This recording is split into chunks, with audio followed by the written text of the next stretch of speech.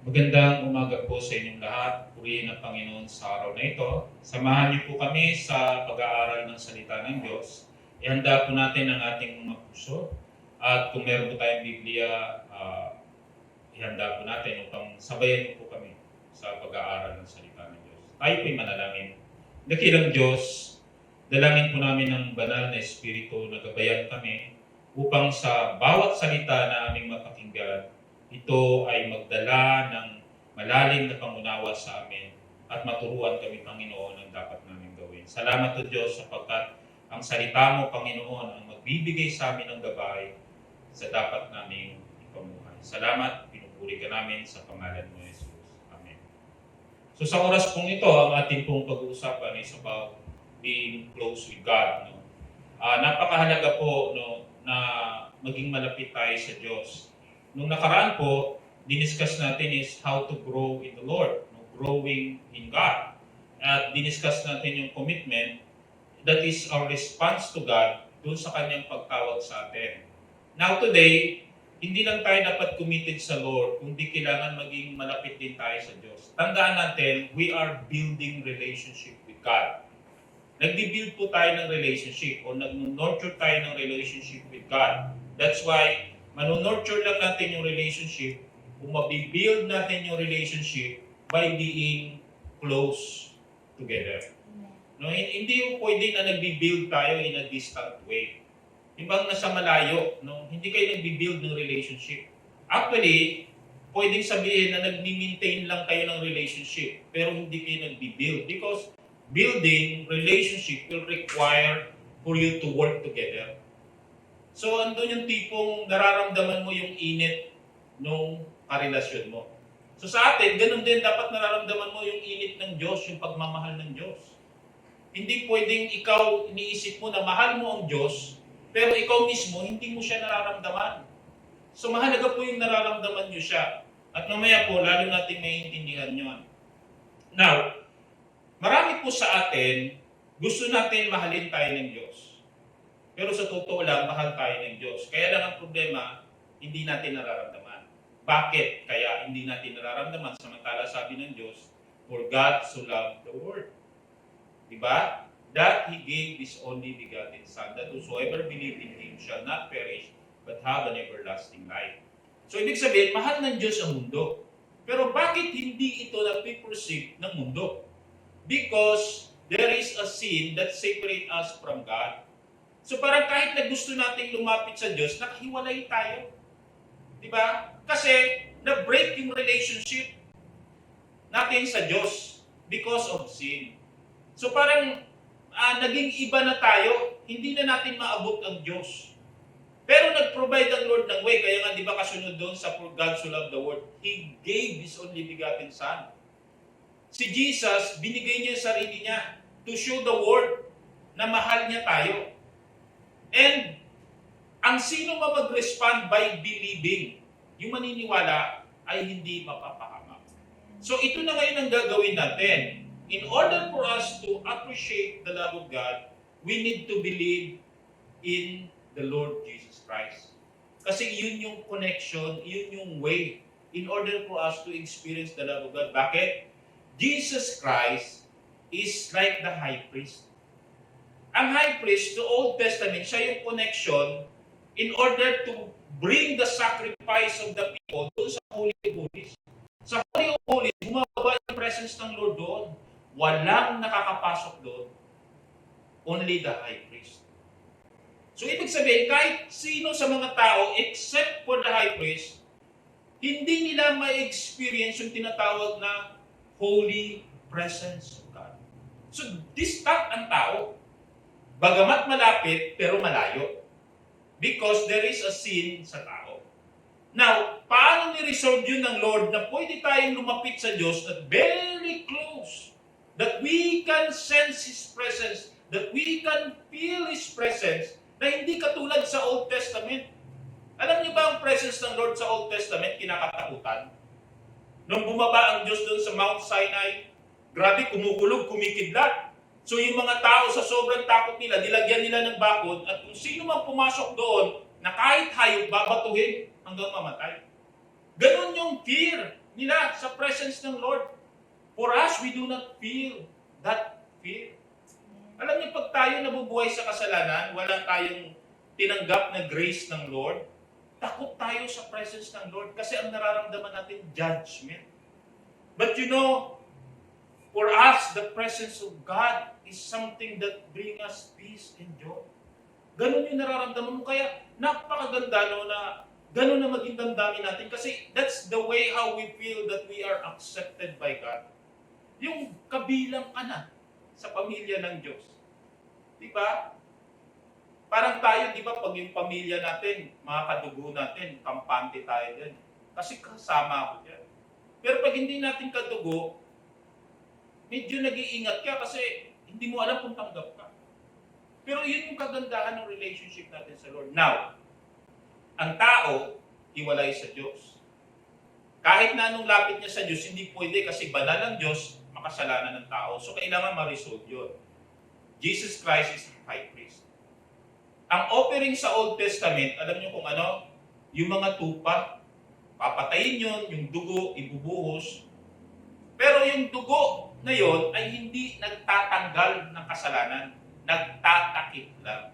So yun ay anino lamang. Kaya paulit-ulit yung ritual. Taon-taon, buwan-buwan, may mga sacrifice, may mga offering. Every time na nagkakasala ang tao, paulit-ulit, kasi hindi siya nagtatanggal ng kasalanan. Dahil shadow pa lang siya, dahil hindi naman pwedeng matanggal ang kasalanan sa dugo ng hayop. Pero sabi doon, behold the Lamb of God that takes away the sins of the world.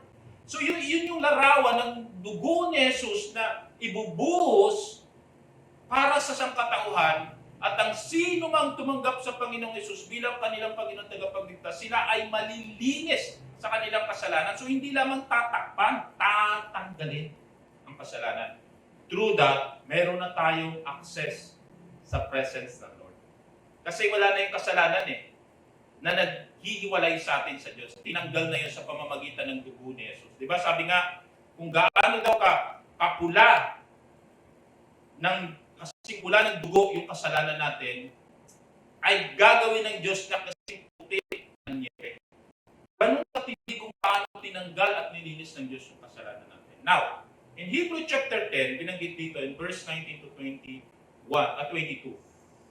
therefore, my brothers, since we have confidence to enter the most holy place by the blood of Jesus. Wow! Tayo pala, dapat may confidence na tayo na makapasok sa dakong kabanal-banalan. Dahil ang dala natin ay hindi dugo ng tupa, kundi dugo ni Jesus.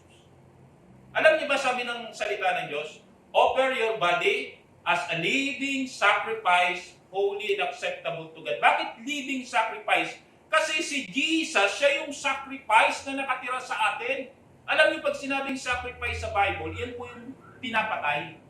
Basta sakripisyo, papatayin yan. Tayo, hindi tayo kailangan patayin. Kundi, si Kristo na yung ino-offer natin sa Diyos at tayo yung living sacrifice. Alam niyo kung sino ang namamatay? Yung self. The more that we get closer to God, the more that we worship God, we are dying to ourselves. And Christ is rising upon us. Yun yung doon na mumold yung tinatawag natin na Christ-likeness. So yun po yung nakikita natin dito. That's why we can worship God into the Holy of Holies because binuksan na ng Diyos yun. Nung mamatay si Kristo sa cross, sinabi niya, into thy hand, I commit my spirit. And then suddenly, biglang lumindol, nagdilim, tapos ano sabi doon? Yung temple, mayroong curtain na nag-iiwalay sa Holy of Holies. Walang sino man nakapasok except for the high priest. Nahati from the top to the bottom yung curtain. Anong ibig sabihin nun? Sa pamamagitan ng dugo ni Jesus na nabuhos sa lupa. Ang lupa, tayo yun. We are set free from the curse. Yung dugo na yon, niredeem tayo. That's why yung daan patungo dun sa Holy of Holies, binuksan na. That's the new way of living. Yun yung panibagong pamumuhay. Dati kasi kahit anong gawin natin lapit sa Diyos, mayroon talagang kurtina. Hindi talaga tayo makapasok sa dakong kabanal-banalan. Ngayon, binuksan ng Diyos. Kaya yun yung sinabi, therefore, since we have confidence to enter into the most holy place by the blood of Jesus, by a new and living way open for us through the curtain, that is His body. Eh, hindi pa namamatay si Kristo sa Old Testament. That's why hindi tayo makapasok kasi hindi pa siya namamatay eh. So yun yung curtain na yun, nakasara yun, nabuksan lang nung namatay siya at muli siyang nabuhay. Now sabi nito, we have a great high priest or great priest over the house of God.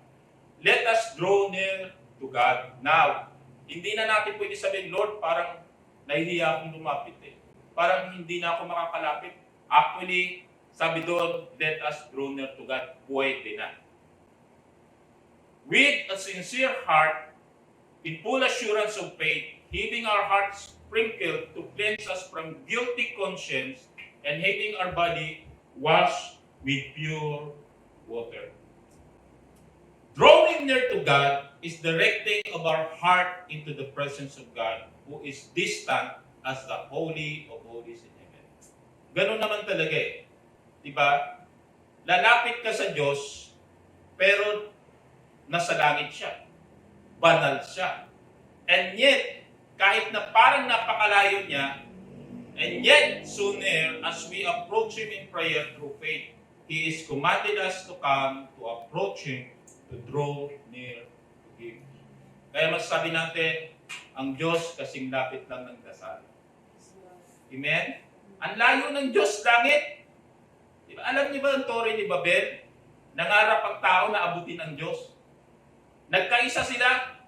Let us build a tower that will reach the heaven. Rock, it's an impossible thing. Pero sabi ng Lord, walang imposible sa tao pag nagkaisa eh. Kaya kinonfuse yung language nila. But somehow, makikita natin, there is a desire in the heart of man to reach God. Amen. But I tell you, God is so far because of the sin of the people. Kaya kahit anong gawin nila, di nila maabot ang Diyos eh. Sabi, for all have sinned and fall short in the glory of God. Ito yung pamantayan ng Diyos. Kahit anong gawin ng tao, ginawa niya na lahat. Nagpakabait, naging mabuting tao, naging religious, ginawa niya na lahat. Kapos. So, ginawa ng Diyos, inabot niya tayo at dinala niya tayo sa Kanya. Yun ang maganda. Kasi wala sa kakayanan natin na abutin ang pamantayan ng Diyos. Gusto niyo malaman kung ano pamantayan ng Diyos? Okay. 10 Commandments. Ito pamantayan ng Diyos ha. Tingnan nyo kung naabot nyo. Yung 10 Commandments, mayroon pang kasunod yun na utos. Ang sabi doon, actually hindi kasunod na utos eh, kundi mayroong curse behind that, may sumpa. Sabi, sumpain ng tao na hindi makasusunod sa lahat ng inuutos dun sa 10 utos. Tanong, kaya niyo bang sundin yun na hindi kayo magbabiolate kahit isa? Pag nagawa niyo yung pamantayan na yon, hindi niyo na kailangan si Jesus. You reach the, sabi natin, yung measure o standard ng Diyos. Pero sa totoo lang, alam niyo naman, wala sino mang na nabubuhay sa mundong ito na magagawa yun. Amen? That's why, si Kristo na mismo yung bumaba para ang ating pamantayan ay hindi na yung pagsunod sa 10 utos, kundi ang pamantayan natin ay si Jesus na nag-fulfill ng 10 utos. So si Jesus na yung embodiment ng fulfillment ng 10 Commandments. That's why sabi doon, we are no longer under curse, but we are blessed because of what the Lord Jesus Christ did. That's why sundin lang natin yung way ni Christ, which is ang ginawa niya, in-impart niya sa atin yung Holy Spirit. Ano sabi doon? The fruit of the Holy Spirit is love, joy, peace, patience, kindness, goodness, faithfulness, humility, and self-control. I tell you, you do not need 10 commandments. Because the fruit of the Holy Spirit is the fulfillment of the law. Sabi nga, we do not need law. Yun yung sabi doon sa fruit of the Spirit. If you have this, you do not need law. Alam niyo ba ang law saan binibigay? Sa mga violators. Eh kung ikaw masunurin ka, hindi mo kailangan ng law kasi sumusunod ka, nagsasubmit ka. That's why if we have the presence of God, I tell you, hindi tayo mag-struggle sa pagsunod sa Diyos. Alam niyo yung pinakamaganda pa sa relationship sa Lord? Yung init ng pagmamahal ng Diyos. Alam niyo, pwedeng sabihin ng tao sa inyo na mahal kayo, pero it doesn't mean nararamdaman niyo yung init ng pagmamahal. Amen? Sa Facebook, makikita natin. Sa totoo lang, pag birthday mo, ang daming babati. Tama?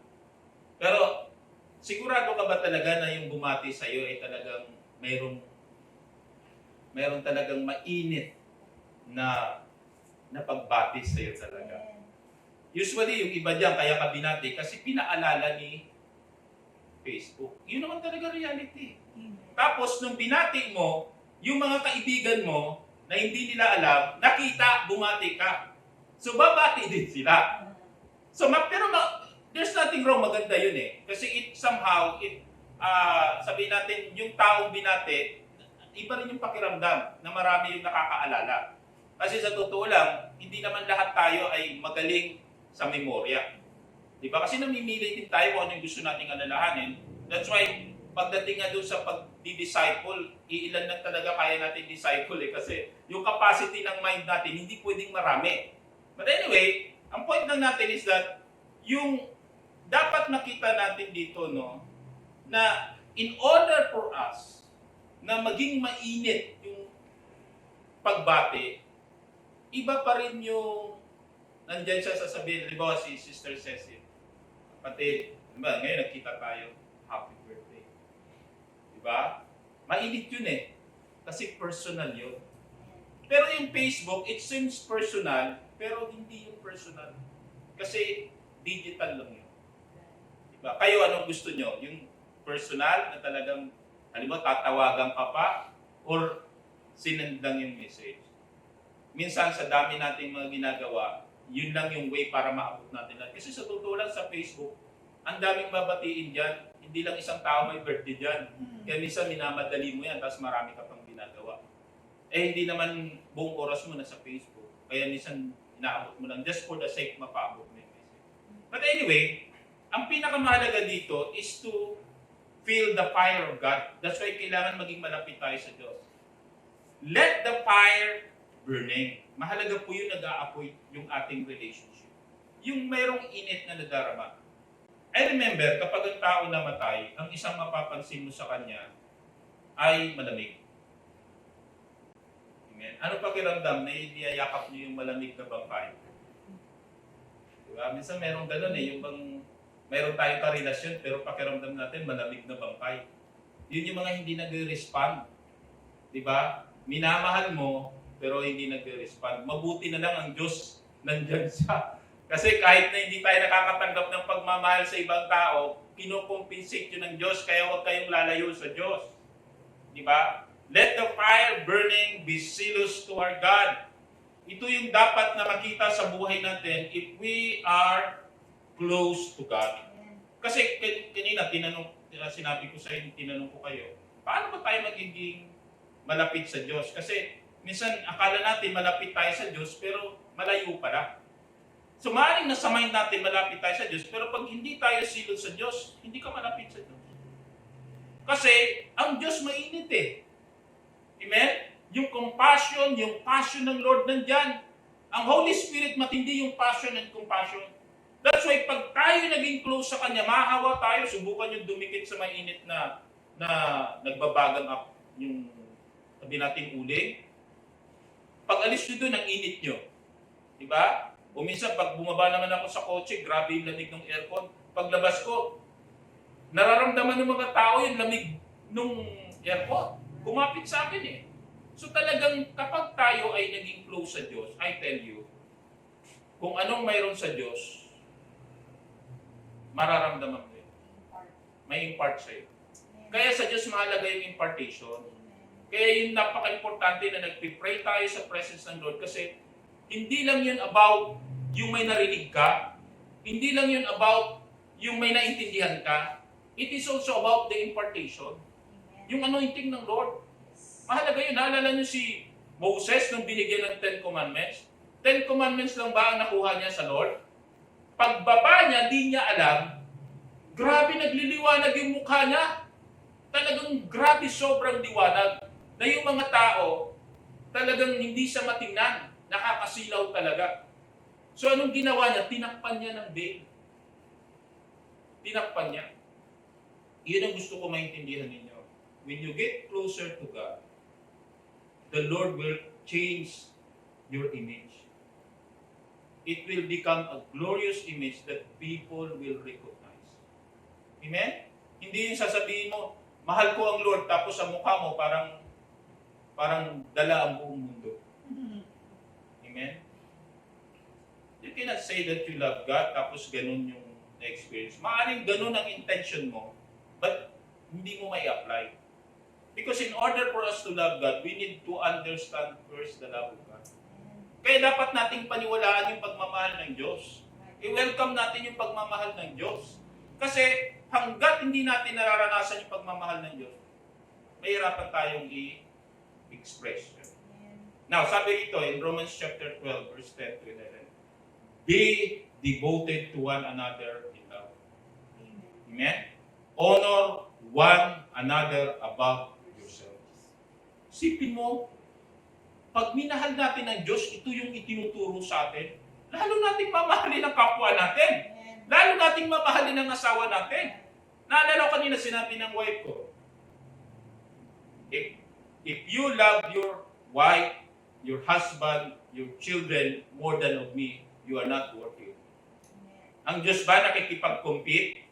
Hindi niya kailangan mag-compete. Kundi tinuturuan niya tayo in order for you to love your wife, your husband, your child, na tama, isunahin mo siya. Amen? Because this word, ito yung tinuturo sa atin, be devoted to one another in love. Amen? Bumabalik sa atin, akala natin tayo yung mawawalan, pero ang totoo, lalo tayong nagkaroon. Pag nagbigay kayo ng buhay sa Diyos, di kayo mawawalan. Lalo kayo magkakaroon. Pag ipinagkait nyo ang buhay nyo sa Diyos, lalo kayong mawawalan. Di ba? Pag inaangkin mo, hindi buhay ko ito, huwag mo ko pakilaman, Lord. Akala mo, mananatili sa'yo yun. I tell you, magkakawindang-windang. Bandang uli, sasabihin mo, Lord, di ko na kaya. Kasi hindi mo binigay sa Lord eh. The only way you can control your life is to be with God. I tell you, hindi nyo kayang kontrolin ang buhay nyo without God. Naranasan nyo na ba ma-confuse? Naranasan nyo na ma-depress? Very common sa maraming tao. Yung iba na tumatakbo sa psychiatrist because they want answer. But I tell you, God is the answer. Siya ang sagot. Diba? Siya ang sagot. Siya yung makakapagbigay sa atin ng peace. Ano sabi rito? Never be lacking in zeal. Alam nyo, yung zeal na yan, mahalaga yan.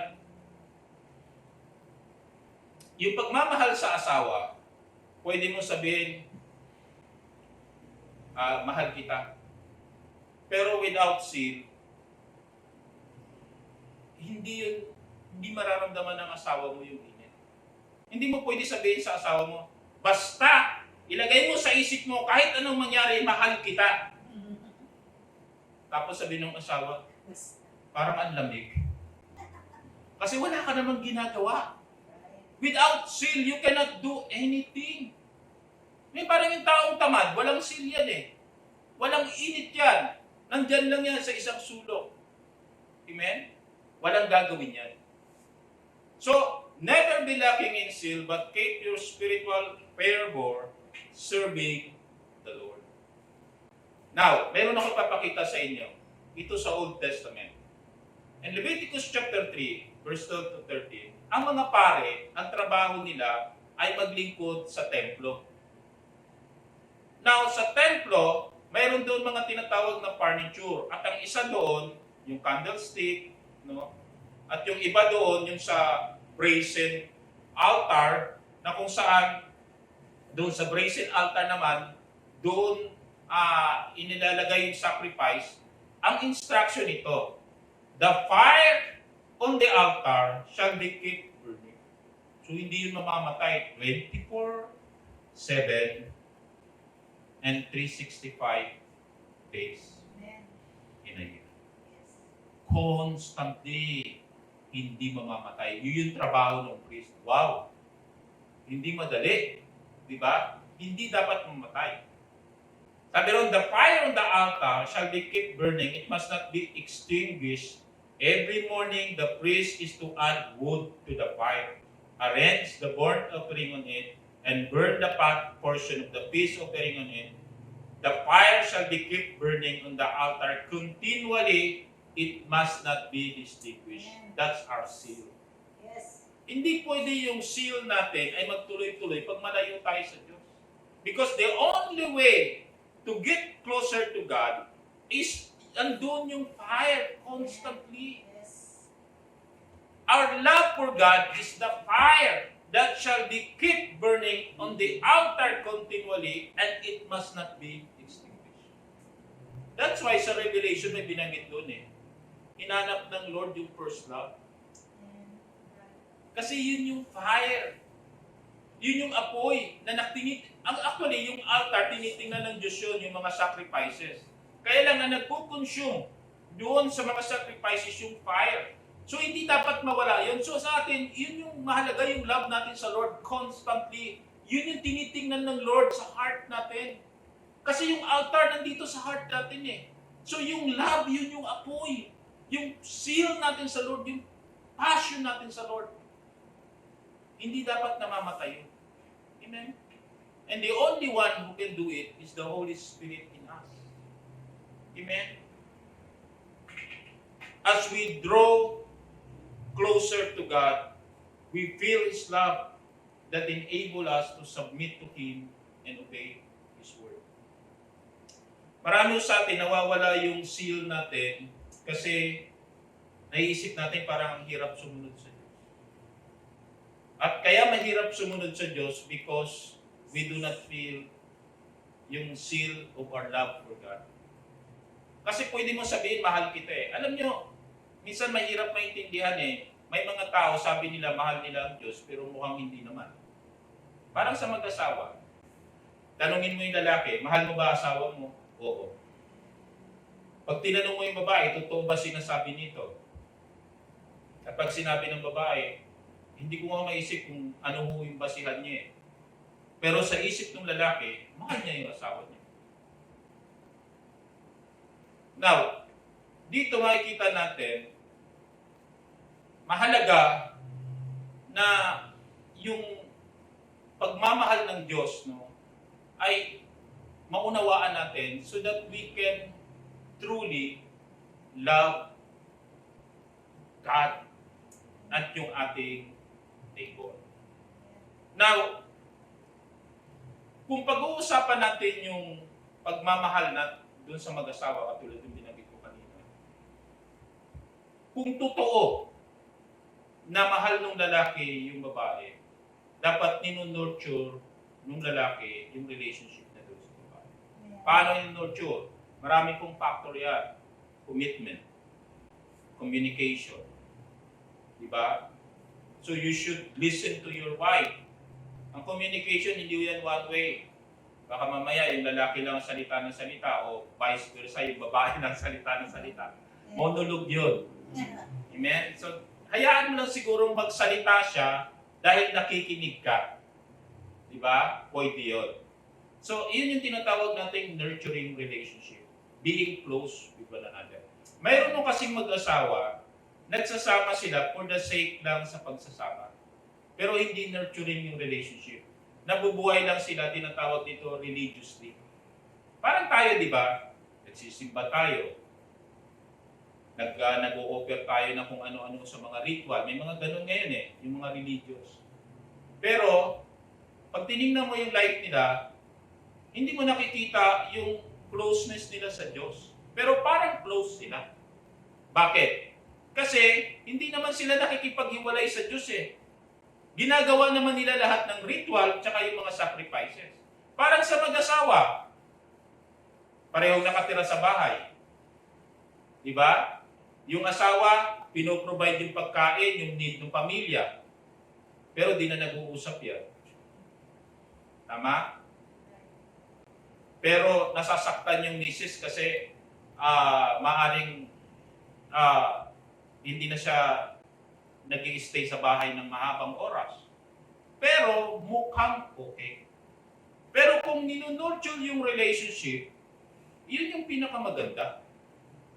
Kasi pwede palang mukhang may relasyon kayo pero distant. Kaya nangyayari, mukhang may relasyon pero distant. Kasi hindi sila close. Hindi sila nag-uusap. Hindi nila ninunurture yung relationship. The same din sa Diyos.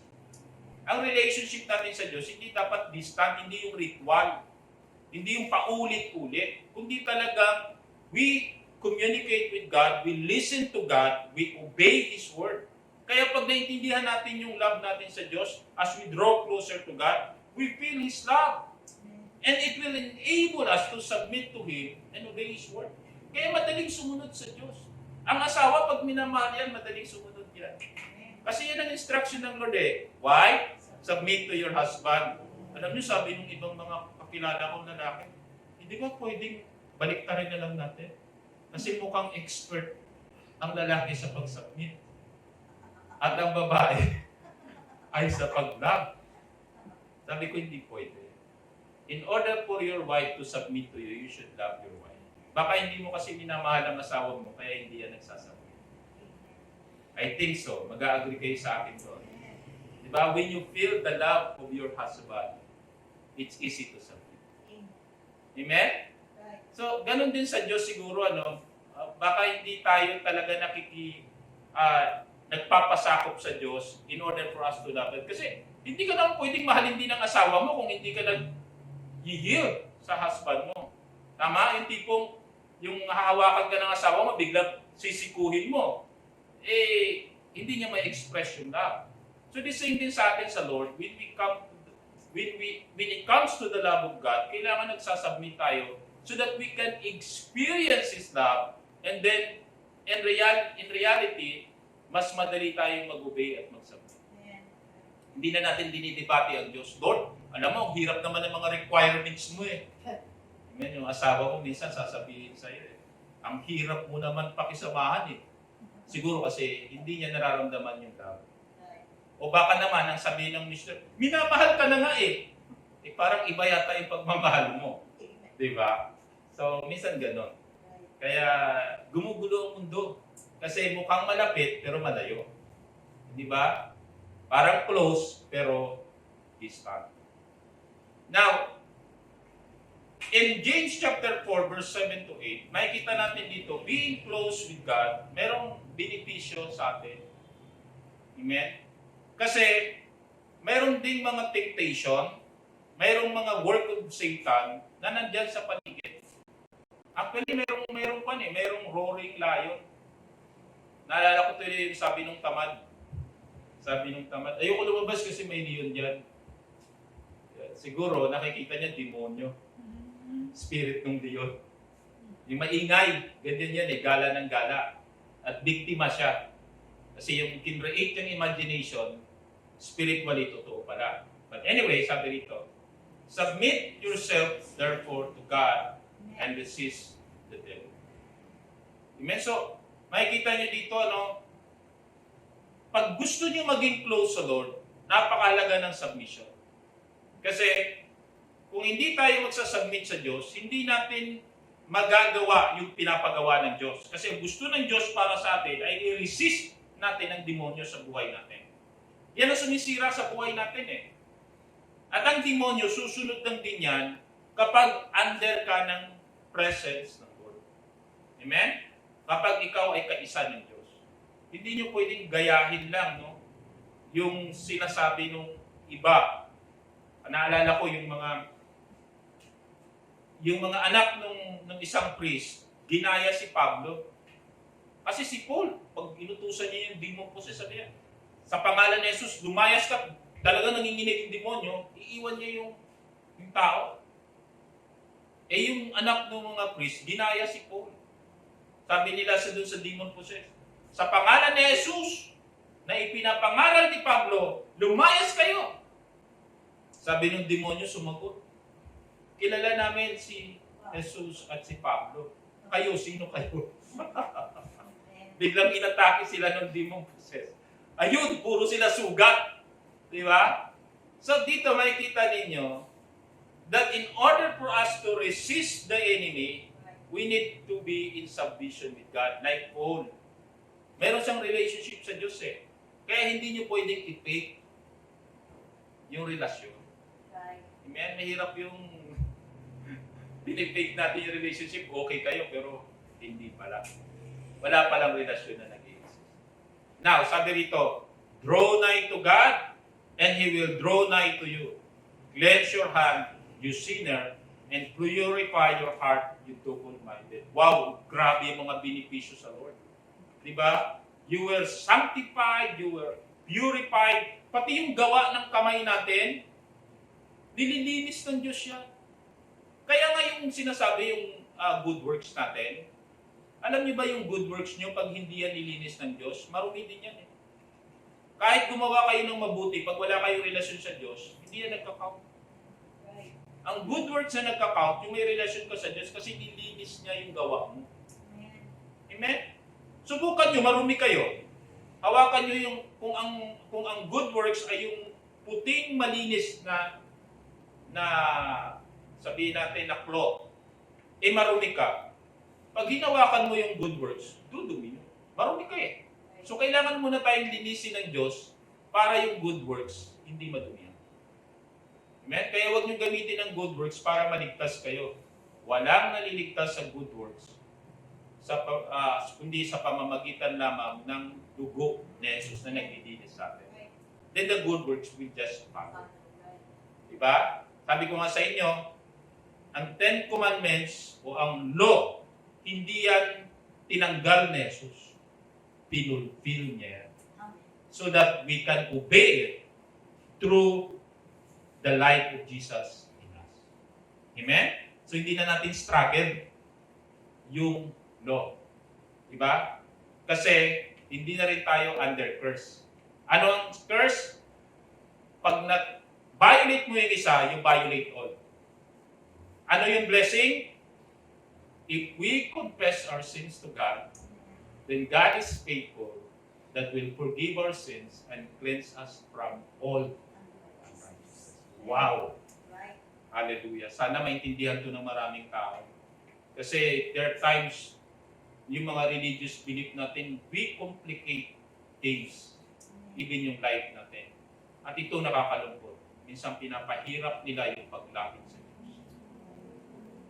Samantala, pinadali na ng Diyos. Amen. Amen? So, the presence of God is like a fire that burns every impurities in our heart and sanctify our mind. So, isipin nyo, lalapit ka sa Diyos, and then yung presence ng Lord, sinusunog niya lahat ng impurities. Amen? Ang sarap nun, di ba? Alam niyo, totoo lang, when you experience the holiness of God, for example, nag-worship tayo. Actually, minsan sa worship natin, makikita nyo, sumusunod lang naman tayo sa awit eh. Pero we are doing it with all our heart. And then we feel the presence of God, and then suddenly we feel the conviction. Alam niyo yung conviction, yun yung nagsasanctify sa heart natin. Tinatanggal niya yung mga wrong intention, yung mga unforgiveness, yung impurity sa heart natin, tinatanggal niya. Yun yung kagandahan sa Lord. At ang pinakamaganda rito, sinasanctify niya yung isip natin. Amen? So that's the good thing to be close to God. So as we get closer to God, we are nurturing our relationship by building communication in prayer and our commitment in our devotion. So constantly po yun eh. Actually, yung ating communication sa Lord, hindi yun one time, big time. Constant yun. Sa mag-asawa, hindi pwedeng ang communication yun, mag-boyfriend, girlfriend na kayo, pag mag-asawa kayo. Basta nagkakaintindihan na tayo Ito rules mo, akin itong rules. So ayos na yan. So makikita mo, kanya-kanya sila. Hindi constant communication yan. You are building relationship. Diba? Even yung commitment, constant din yun. Hindi rin yun one time, big time. Kaya nga ang asawa, no? It's a good thing, nangangako kayo. Huwag naman bituin at araw. Yung mga imposibleng pangako, isa na ibig sabihin nun eh. Huwag ka na umasa.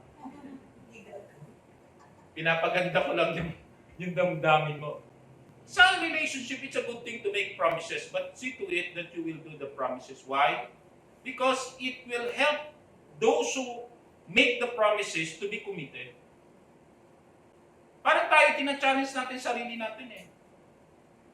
Diba? At papatulan kayo ng Diyos. Nung dumating yung pandemic, challenge ko sarili ko eh. Kasi ang wife ko, siya yung bumibili ng mga groceries lahat namin. Every time may income niya. Nung dumating yung pandemic, nawala lahat sa kanya. Ginawa ko, challenge ko sarili ko, huwag ka mag-alala. Ako magbibigay sa'yo pang grocery. Pero sa totoo lang, di ko alam saan pupunin. Pero challenge ko sarili ko, I made a promise believing that God will help me. I tell you, alam na Mrs. Kian, lagi ako nag-a-advance sa kanya. Kasi sabi niya, Dad, ayuda, advance mo na. Hindi ako hiniya ng Diyos. Hindi ako hiniya ng Diyos. Napakabuti ng Diyos. Alam niyo, pinakamaganda doon, talagang natanggal ang takot ko. Ito the most grateful thing in my life. Inaalala ko na ito noon pa eh. Sabi ko, paano pag tumating yung time, ang misis ko walang mo. Tapos nagbabayad kami ng sasakyan, bahay, tuition, bills. Lord, pero I tell you, this is the most blessed year for us. Why? Because of our closeness with God. Alam niyo yung faith kasi, cometh by hearing and hearing the word of God. Every year po, mayroon kami one word na hinihingi sa Lord. Ang one word ko ngayon, increase. Grabe sa panahon na wala increase, pero totoo increase ka talaga. Next year, ang one word ko, I pray humingi din kayo sa Lord ng one word kasi yun yung nalakaran niyo for the whole year. Ang one word ko next year, inheritance. Very surprising. Talagang grabe. Nag-i-expect ako talaga na mayroong gagawin ng Lord na kakaiba that has something to do with the inheritance na para sa akin. It's about my calling. So I pray that you will experience this also. Ask God. Amen? Naalala ko yung word sa akin ng Lord yan sa inheritance for next year. Ask of me. And I will give you nations. Hallelujah. Kaya grabe yung excitement. Yun palang maganda pag-close ka sa Lord. It will create fire and excitement. Ang relasyon na walang excitement, para kang yumakap sa patay. Nakaka-excite ba yumakap sa patay? Ang lamig. Diba? Kahit nandyan siya, parang malayo. Diba? So, ibig sabihin, pwedeng may relationship kayo, pero malayo. I challenge you. God is so loving that if you love Him and get closer with Him to nurture your relationship, wow, your life will never be the same. Amen? So let's pray. Father, we thank you today. Thank you for your wonderful anointing and wonderful presence that keep us, O Lord God, into your love. I declare in the name of Jesus na ang bawat isa sa amin, Panginoon, ay maranasan ng Diyos ang malalim na pagmamahal mo upang maipamuhay namin at maibahagi namin sa aming kapwa, O Diyos, at makita ka sa buhay namin. O Diyos, patuloy mong gabayan ang bawat isa, ingatan sa pangalan mo, Jesus. Amen. Amen. Purihin ang Panginoon sa araw na ito.